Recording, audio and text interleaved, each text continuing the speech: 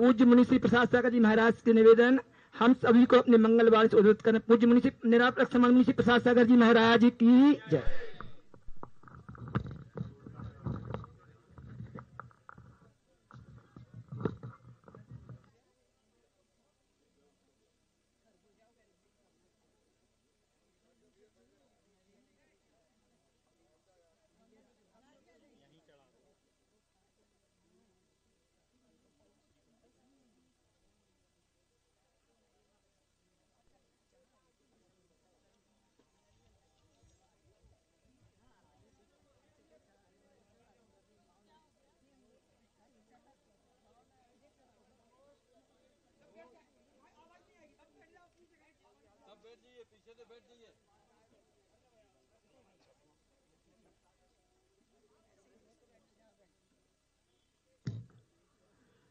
नमो अरिहन्ताणं नमो सिद्धाणं नमो आयर्याणं नमो उवज्झायाणं नमो लोए सभ्यसाहूणम्। 24 तीर्थंकर भगवंतों की, अमरकंटक के श्री आदिनाथ भगवान की, गुरु नाम गुरु आचार्य ज्ञान सागर जी महाराज की, मुखमाटी रचयिता आचार्य परमेश्वरी गुरुदेव की, पूज्य मुनि श्री चंद्र सागर जी निरामय सागर जी महाराज की।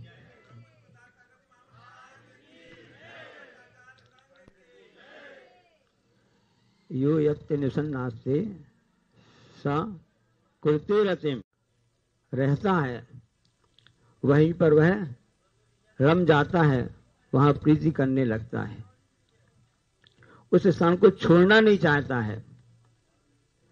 युवनाथ से सतत्व करते रहते हैं, वहां रहने लगता है और वहां पर प्रीति करने लगता है। ये आप सबने पढ़ा होगा, जाना होगा। आज के 1,500 वर्ष पहले ऐसा अद्भुत खजाने के मोती है आचार्य पूज्यपाद स्वामी जी हुए हैं, जिनकी अद्भुत रचना इष्टोपदेश है। और महाराज जी व्याकरण के, तर्क के और से सिद्धांत के अद्भुत ज्ञाता थे, जिन्होंने तत्व सूत्र पर ऐसी अद्भुत सर्वार सिद्धि टीका लिखी है। आप सबने पढ़ा होगा, जाना होगा, सुनने में आया होगा। तो ऐसा है अद्भुत खजाना कहे मोती आपके सामने है कि जो जहां पर जीव जैसा जहां रहता है वहां पर रम जाता है, वहां प्रीति करने लगता है, उसको वही स्थान अच्छा लगने लगता है। ये राग की दशा ऐसी ही होती है। आप लोग ने देखा होगा,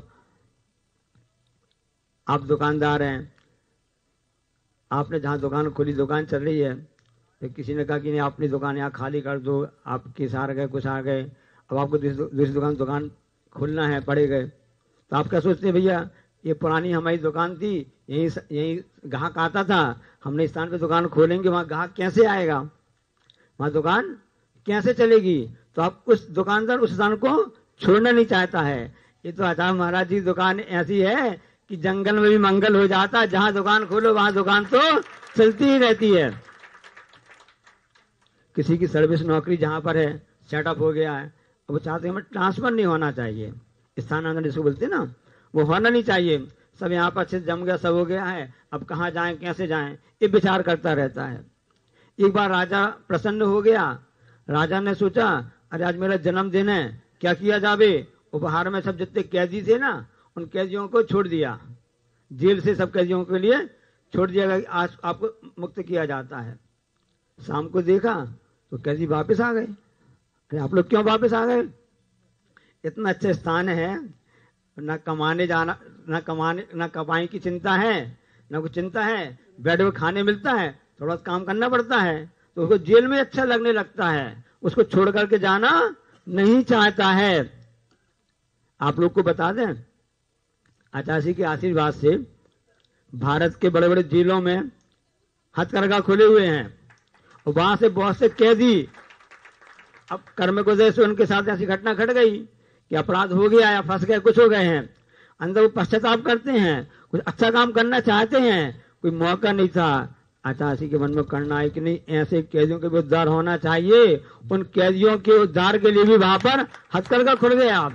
अब उसके बाद उनकी सजा पूरी भी हो रही है। वो कहते हैं हम यहीं पर रहेंगे। जेलर से कह रहे हैं कि हमको आगे नहीं जाना है, हम यहीं पर रहेंगे। नहीं, आपके लिए अब करना पड़ेगा। फिर समाज के सहयोग से उन जो कैदी जिनकी सजा पूरी हो गई है उनको भी हथकरघा आदि उनको रोजगार के साधन दे करके और उनके लिए अच्छी आजीविका के साधन उपलब्ध करा दिए गए हैं। बस जो जहां रहना था उसको वहीं अच्छा लगता है। कई बार आपने देखा होगा, चुनाव आने वाला नवंबर में आने वाला है और दौड़ धूप चल रही लोगों की, टिकट मिल जाए। सब लोग चाहते कि हमको इसी सीट से हमको टिकट मिल जाए, जहाँ के हम सांसद रहे हैं, जहाँ के हम विधायक रहे हैं ना, क्योंकि हमारा जमाया हुआ है। हमारे जितने वोटर्स हैं वो सब पहचान वाले हैं, यहाँ से जीतने के चांस हैं। हमको नए स्थान ना मिले तो अच्छा ही रहेगा, ऐसे विचार करते हैं। क्योंकि जहाँ पर जिसको अच्छा लगता है, प्रीति होती है, वहां पर रम जाता है, उसको वहीं पर अच्छा लगता है। ये रात की दशा होती है। एक पक्षी पंजड़े में बंद था। उस रावक को शौक होगा, उसके आया होगा कुछ भी, और उसने चौका लगाया। चौका लगाने के बाद में महाराज जी का बड़गान हो गया।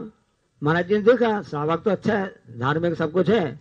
अब उसके घर में पिंजड़ा में पक्षी उसमें है, तो महाराज जी ने कहा कि देखो ये अच्छा नहीं रहता है। बंधन आदि जो होते हैं, हिंसा के अत्याचार होते हैं, इन सबसे पाप पड़ता है। पक्षी को पकड़ के रखना नहीं चाहिए। ठीक है महाराज जी, हम उसको पिंजड़ा खोल देते हैं, दरवाजा खोल देते हैं, वो निकल जाएगा। अब वो पक्षी भी कुछ पिंजड़ा से निकाल के छोड़ दिया गया। लेकिन जब शाम हुआ, कुछ देर बाद हुआ, तो वो पंछी भी कितना समझदार था, वापस फिर आ गया। यहाँ बैठ बैठ खाने मिलता है, क्यों जाए कमाने को जब बैठे मिलता है खाने को। तो एक विशेषता एक कारण क्या है, राग के कारण से है। इसलिए आचार्य पूज्य स्वामी महाराज जी कहते हैं कि जहां पर है तो उसको वहीं अच्छा लगता है और वहीं पर प्रीति करने लगता है। इसलिए राग को छोड़ो और बीच राग की उपासना करो, उनके चरणों में आओ। एक व्यक्ति, इसी कथानक से संबंधित है कि एक व्यक्ति विदेश यात्रा में गया। विदेश यात्रा के लिए वह गया और वहां पर सब सुविधाएं थी, सब कुछ अच्छा उससे मिला था। उसने पूरा विदेश आदि के भ्रमण कर लिया। सब करने के बाद में जब वापस अपने भारत देश लौट करके आया, विदेश यात्रा से वापस आया, उनके मित्रजन परिजन उनके साथी लोगों ने पूछा, क्यों भाई आपको वहां विदेश यात्रा में कैसा लगा, कुछ अच्छी बातें आप बताइए। तो उसने कहा कि विदेशों में सुविधाएं तो खूब थी, खूब अच्छा सब लग रहा था, लेकिन रह रहकर मुझको अपने भारत की याद आ रही थी। क्योंकि जो भारत में हमको प्राप्त हुआ वह बाहर आनंद हमको प्राप्त नहीं हुआ है। क्यों, ऐसी क्या बात है? उन्होंने कहा कि भारत संतों की भूमि है, तपस्वियों की भूमि है, ऋषियों की भूमि है, यहाँ उपकार परस्पर में प्रेम सद्भावना की भूमि है। इसलिए हमको अपने देश में अच्छा लगता है, इसलिए उसको अपने यहाँ अच्छा लगने लगा। उनसे पूछा गया कि ऐसा क्या बात है, क्या हुआ? नहीं, हमको अपने यहाँ ही अच्छा लगता है। मुनि महाराज से पूछा, मुनि महाराज जी, मुनि महाराज ने कहा, तो आगम में कहा गया कि जो मुनि महाराज तपस्वी महाराज होते हैं वो हमेशा अपने देश में रहते हैं। उनका देश कौन सा है? अपना शुद्ध प्रयोग है, अंदर की आवाज है, अंदर की आत्म तत्व में रमण करने वाले हैं, पंच ध्यान करने वाले हैं। ऐसे तपस्वी मुनि महाराज, आचार्य परमेष्टि, ऐसे संत हमेशा अपने में रहते हैं। जब कभी बाहर उनके लिए विदेश यात्रा जाना पड़ता है, 6 आवश्यकों का पालन करना पड़ता है, शुभ प्रयोग में आना पड़ता है, जीवों की करुणा की दया की बात आती है, तो वो वहां बाहर तो आते सब करते हैं, दया आशीर्वाद सब देते हैं, लेकिन उनको लगता है कि नहीं, हम अपने अंदर शुद्ध प्रयोग में जितना रहेंगे उतना ही हमारे लिए अच्छा होगा। कई बार आपने देखा होगा कि बच्चों ने शहर में जाके पढ़ने लगे, वहां कमाई करने लगे, उन्होंने वहां पर मकान बना लिया। पिताजी दादाजी से कहा, दादाजी अभी गांव छोड़ो, चलो वहीं पर शहर में रहो। तो दादाजी कहते हैं, नहीं, हमें तो अपने गांव में अच्छा लग रहा है, हमको अपने यहाँ पास में ही अच्छा लग रहा है। ठीक है, उन्होंने बच्चों ने, आपको पुराना मकान हो गया, ऐसा स्थान ठीक नहीं है, थोड़ा गांव में थोड़ा दूर जा करके अच्छा नया मकान बना दिया, यहाँ पर आप रह लो। नहीं, हमको तो मंदिर के पास में रहना है जहाँ हमेशा भगवान के दर्शन होते रहे और हमेशा हमको जहाँ पर महाराज जी का आगमन आरे गाँव का दीक्षा सब आना जाना लगा रहे। तो इस हिसाब से एक कहलाता है प्रशस्त राग, धर्म के प्रति, धार्मिक जनों के प्रति, जिनारों के प्रति, इन सबके प्रति एक कहलाते आयतन, इनके प्रति जो हमारा राग रहता है वह तो प्रशस्त रहता है, आगे हमारे लिए शुभ उपयोग का कारण बनता है। और जहाँ पर यही हमारा राग विषयों की ओर चला जाता है और से अपने पंच इंद्रियों के विषयों में चला जाता है तो वह हमारा यह जो राग होता है वह असुपयोग कहला जाता है। इसलिए आचार्य महाराज का कहना है कि हमको विषयों से बच करके अपने धर्म के प्रति अनुराग करना है, धार्मिक जनों के प्रति अनुराग करना है। यही अनुराग हमारे लिए मोक्ष का कारण बनता है। इसमें परस्पर में सहयोग की भावना अनित होनी चाहिए। कल आपको एक कथानक बताया था, आज एक और अच्छा हम आपको कथानक बताना चाहते हैं। वो छोटा सा कथानक है कि एक बकरी जा रही थी, एक गीदड़ जा रहा था, गीदड़ लोमड़ी बोलते हैं, फॉक्स बोलते ना, और वह ऐसा हुआ कि पास में गड्ढा था, उस गड्ढे में गिर पड़ा तो अब उसको निकलने की साधन नहीं मिल रहा था, आवाज भी लगा रहा था, वहां से लोग निकल रहे थे। उनने सोचा कि इसका कोई भरोसा नहीं है, क्योंकि अपन ने सबने पढ़ा हुआ ना, चालाक लोमड़ी, गीदड़ चालाक होता है, दूसरों के लिए उल्लू बना देता है, सब जानते हैं, फॉक्स इसको बोलते हैं। तो किसी ने उसकी हेल्प नहीं की, वहां से सहायता नहीं की। वहां से एक बकरी जा रही थी, बकरी को उसने आवाज लगाई, बकरी पूछा क्या बात है गीदड़ भाई? उसमें बहन सुनो, अच्छी बात बता रहे हैं आपके लिए, यहाँ पर नीचे बहुत अच्छी हरी घास है, यहाँ ठंडक भी है, कूल, यहाँ अच्छा ठंडा स्थान है, गर्मी का मौसम चल रहा है, यहाँ पर तुम आओ, यहाँ तुमको बहुत अच्छा लगेगा, तुमको भरपेट भोजन आदि भी यहाँ पर मिल जाएगा। बकरी ने कुछ देर दिमाग लगाया, कुछ सोचा विचार किया, और विचार करने के बाद में वह गड्ढे में कूद पड़ी। गीदड़ ये रास्ता देख ही रहा था, जैसे ही बकरी कूदी, उस गीदड़ ने बकरी के पीठ पर पैर रख करके वो गड्ढे से बाहर आ गया। और बाहर आकर के वह गीदड़ लोमड़ी जो थी वो हंसने लगी। उसने कहा, अरे बकरी बहन, तू तो मूर्ख बन गई, मैंने तो उसको मूर्ख बना दिया, तो उसको मैंने धोखा दे दिया, तू मेरी बातों में आ गई तो अपना नुकसान कर बैठी है, और मैं तो बच गया हूँ, मैं सुरक्षित हो गया हूँ, और मैं तो चलता हूँ। तो उस बकरी ने क्या जवाब दिया, बहुत ही प्रासंगिक है। बकरी ने कहा कि हाँ मैंने जानबूझ कर कूदी हूँ, मैं तो बातों में आकर के नहीं कूदी हूँ। क्यों?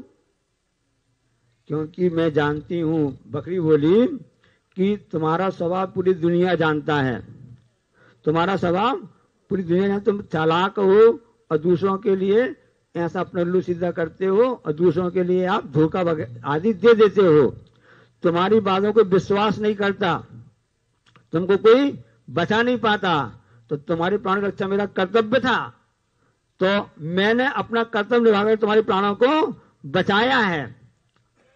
तुम तो मांसाहारी हो, इसलिए तुम्हारी भावना कुटिल रहती हैं, मैं तो शाकाहारी हूँ, मैं हरी हरी पत्ती खाती हूँ और मीठा मीठा दूध भी देती हूँ, तो सभी लोगों को मेरे ऊपर विश्वास है, तुम्हारे ऊपर विश्वास नहीं है, तुमको बचाने वाला कोई नहीं मिलता, हमारे ऊपर विश्वास है तो तुम तो बच गए, हमको भी कोई ना कोई बचाने आ जाएगा। ये बकरी कह रही है। तो बकरी कितने अच्छे उसके भाव से बकरी गए। ऐसी मनोदशा, ऐसे भाव हमारे मन में होना चाहिए कि परस्पर में हम दूसरों को कैसे सेव कर सकते हैं, सामने वाला कुटिल भी हो, कुछ भी हो, कैसे भी हो, हमको उसके प्रति अपनी सद्भावना रखना है, अच्छे भाव रखना है, और प्रयास ये करना है कि जैसे बकरी के परिणाम सरल होते हैं गीदड़ की अपेक्षा से, उसी प्रकार से हमको यथासंभव सरल परिणाम रखते हुए अपना वह कर्तव्य करना चाहिए, ताकि हमारा सबका कल्याण हो सके। और इसलिए जहाँ पर हम सब रहते हैं वहाँ प्रेम स्नेह तो करो, लेकिन ज्यादा उसमें बंधकर मत रहो। आचार्य श्री ने बहुत अच्छा उदाहरण दिया है, जो लिफाफा होता है ना, डाकघर का लिफाफा, डाक खाने वाला, अब आज तो प्रश्न कम हो गया है ना, उसमें आपने देखा होगा, उसमें गोंद लगी रहती थी ना पहले, और कैसे काम करना पड़ता था कि आपने उसमें पत्ते लिखा उस लिफाफे अंदर डाल दिया, और थोड़ा सा पानी वगैरह कुछ लगा करके उसको चिपका देते थे, और जहाँ पर गंतव्य स्थान में पहुंच जाता था। और जब भी वहां जिस पहुंचा थोड़ा सा उसने मेहनत की, आराम से किया, लिफाफा खुल जाता था और आराम से पढ़ करके काम हो जाता था। तो जैसे डाकघर के लिफाफे में गोंद लगी रहती है, काम चलाओ, समझ गए ना, कि काम भी हो जाता है और अपना और कुछ भी दिक्कत भी नहीं जाती है। इसी प्रकार से हम सब के लिए आचार्य उपदेश दिया है कि यदि हमको आगे मोक्ष को प्राप्त करना है तो इस ढंग से हम अपने राग को इस ढंग से कम करते करते आगे बढ़ते चलें। क्योंकि आज क्षमा सागर मुनि महाराज जी की समाधि दिवस है आचार्य श्री, और ऐसे तपस्वी महाराज जी जो आध्यात्मिक थे, एक ग्रंथ की पंक्ति बताएं, कोई आध्यात्मिक ग्रंथ की बात बता रहे हैं हम आपके लिए। तो महाराज जी ने बहुत अच्छी पंक्तियां लिखी थी। आज प्रसंग में उनको मैं कहना चाहता हूं कि कागज की किस्ती कुछ देर पानी में खेली।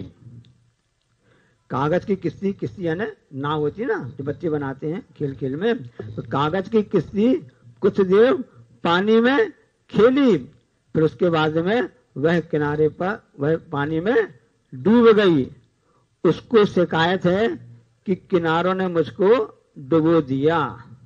उसे शिकायत है कि किनारों ने हमको डुबो दिया।